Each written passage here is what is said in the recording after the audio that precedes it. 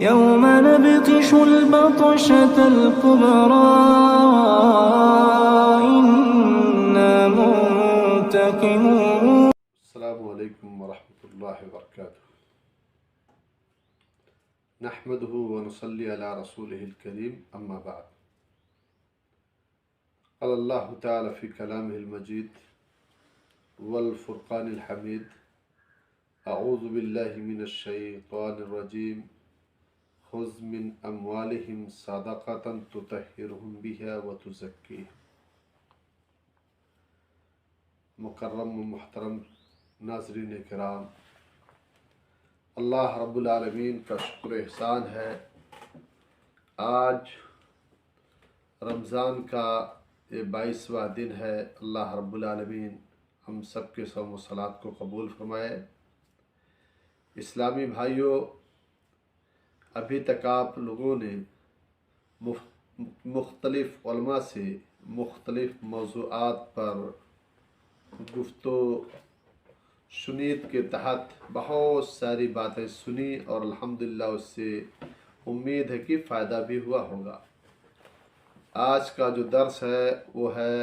زکوٰۃ کے تعلق سے. زکوٰۃ کا لغوی معنی ہے برکت کے، بڑھوتری کے، پاکیزگی کے، اور اصطلاحی مطلب یہ ہے کہ محدود مال میں سے محدود وقت میں محدود قسم کے لوگوں کے لیے نکالنا. یعنی زکوٰۃ کا جو ٹائم ہے کہ اس پر حولان حول گزر جائے، یا اسی طرح سے اگر پھل وغیرہ جو آدمی کھیتی وغیرہ لگاتا ہے اس طرح سے وہ جس دن کاٹا جائے اسی دن دیا جائے. تو مطلب یہ ہے کہ محدود مال، یعنی جو زکوٰۃ فرض ہوتی ہے اس کو محدود مال میں سے، یعنی انسان نے جو مال کا ذخیرہ کیا اس مال سے جس پر زکوٰۃ واجب ہوتی ہے، محدود وقت میں، یعنی جو ٹائم اس کا فکس ہے کہ عام طور پر جو نقد ہے یا سونا چاندی ہے اس پر سال کا گزرنا ضروری ہے، یا بکریوں وغیرہ میں بھی سال پر گزرنا ضروری ہے. تو اس طرح سے محدود وقت میں اور محدود قسم کے لوگوں کے لیے، یعنی جو لوگ اس کے مستحق ہے ان کے لیے نکالنا، یہ ہے زکوٰۃ کی تعریف. اور زکوٰۃ کی فرضیت کے تعلق سے یہ ہے کہ واجب ہے، یہ کیا ہے؟ تو اسلامی بھائیوں، زکوٰۃ یہ ایک واجب ہے جس طرح سے دیگر واجبات ہیں، کیونکہ اللہ رب العالمین نے قرآن حکیم کے اندر بیان کیا: خذ من اموالہم صدقۃ تطہرہم بہا وتزکیہم، کہ آپ ان کے مال سے زکوٰۃ لیجئے جس کے ذریعے سے آپ ان کی تطہیر اور ان کا تزکیہ کیجئے. اس آیت سے پتہ چلا کہ زکوٰۃ یہ واجب ہے. اور اسی طرح سے دیکھا جائے کہ زکوٰۃ کن کن چیزوں میں ہے، تو زکوٰۃ کے اصناف بہت سارے ہیں جن میں سے کچھ آج بیان کیے جائیں گے. سب سے پہلی چیز پھل وغیرہ ہے. تو پھل وغیرہ کے تعلق سے اللہ رب العالمین کا فرمان ہے: وَهُوَ الَّذِي أَنشَأَ جَنَّاتٍ مَّعْرُوشَاتٍ وَغَيْرُ مَعْرُوشَاتٍ وَالنَّخْلَ وَالزَّرْعَ مُخْتَلِفًا أُكُلُهُ وَالزَّيْتُونَ وَالرُّمَّانَ مُتَشَابِهًا وَغَيْرَ مُتَشَابِهٍ كُلُوا مِن ثَمَرِهِ إِذَا أَثْمَرَ وَآتُوا حَقَّهُ يَوْمَ حَصَادِهِ. اس آیت کا مطلب یہ ہے کہ اللہ رب العالمین ہی کی وہ ذات ہے جس نے باغات کو پیدا کیا جن میں سے بعض